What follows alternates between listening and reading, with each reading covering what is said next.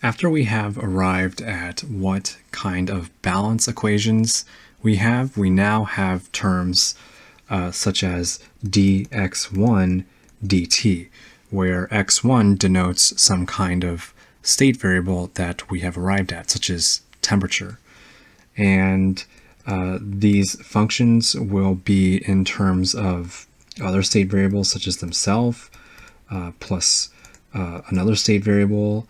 And to keep things generic, I will throw in some input variables u and a second input variable u2. And we can have a second state variable that is evolving over time. And that will have another relationship like this, where we'd have some coefficient times the first state variable plus another coefficient times the second state variable plus another times the first input plus another times the second input. Okay, and so what we're going to do now is let these functions be equal to f1 and f2 respectively. And what happens in state space is we are essentially doing a Taylor series approximation about the steady state point, and it will be a first order approximation to keep things linear so that we can analytically evaluate these systems by hand or on a test to demonstrate that we understand these concepts. So it is very important to understand this stuff, especially if you are in a chemical engineering class.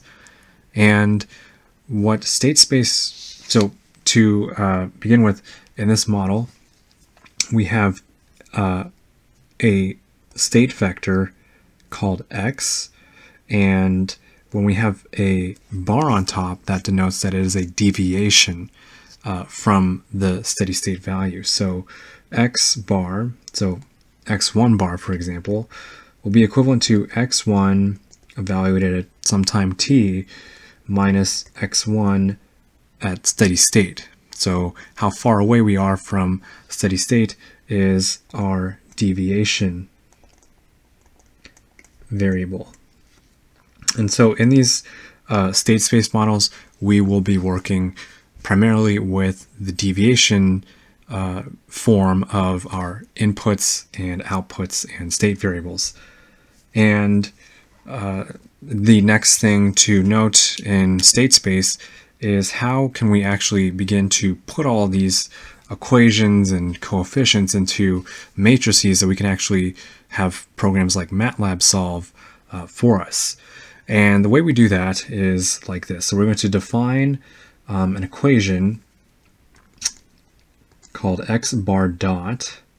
And x bar dot, in this example that I have here, will be a 2x1 vector containing the state variables x1 and x2, their derivatives with respect to time. So dx1 dt and dx2 dt. And for the sake of clarity, this is equivalent to f1 and f2. And what the state space form tells us is that x bar dot is equal to some matrix times A times the deviation of your individual state vectors in vector form plus another matrix B times the deviation of your input in vector form, like this. So this is a key relationship to understand. This is what state space form is, and if you use Simulink, it is very common to use state space when you are defining your functions. And so the question now is, what are these matrices A and B? And so we'll get to that. So the matrix A, firstly, we should note what the dimensions of these matrices are, because x bar dot is a 2x1 matrix, and we know previously from the example that I have drawn that our state vector has two components, and so it is a 2x1 vector, as is our input vector, and these are deviations. So therefore, by the linear algebra law, the inner dimensions of these matrices must agree, and they must result in a 2x1 matrix. So the dimensions on A and B must both be 2x2. And this is not always the case. So we can have several inputs that we're taking into account, and in that case, we would have to, the dimensions on these matrices would change. For example, if we had 3 inputs, U would be a 3x1 vector, but we would still need the product of B times U to be a 2x1 vector. Consequently, our matrix B would be a 3x2 matrix. And so these are also not always square matrices, is another key point to take home. And so what the matrix A is in this case, and I'll write it down here, the matrix A is the derivative of function 1 with respect to your first state variable, derivative of your function 1 with your second state variable, and then the set forms the first row, and then the second row is formed by differentiating your function 2 with respect to state variables 1 and 2 respectively. And your matrix B is equivalent to differentiating the first row. So the first row is the differentiation of your function 1 with respect to your inputs U1 and U2 respectively. And just like in matrix A, we differentiate our second function with respect to inputs 1 and 2 respectively.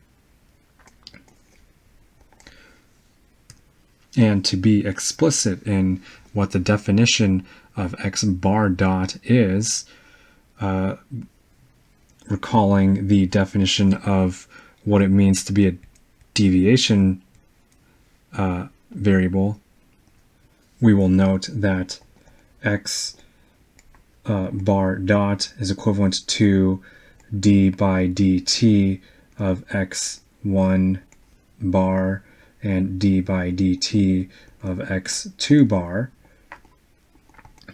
And what we'll see is that the steady state value is a value. It is independent of the variable time. So taking the derivative of the deviation variable is equivalent to taking the derivative of the state variable itself. And for the sake of completing this example, if we look back to how I have defined functions 1 and 2 respectively, and we analyze these coefficients when we differentiate f1 and f2 with respect to these variables, the matrix A will correspond to the coefficients A, B, E, F, and the matrix B will correspond to the coefficients C, D, G, and H. And so this concludes how we are able to take balance equations and convert them into state space. And now that we have our functions in state space in matrix form, the next thing we'll do is go through how we can perform do Laplace transforms in order to linearize these functions to arrive at transfer functions that will ultimately allow us to figure out how perturbations in inputs will cause responses in your outputs. And so this concludes this video. Let me know if you guys have any questions, and if you're curious to see what happens next, check out the video on the Laplace transforms. So thanks for watching.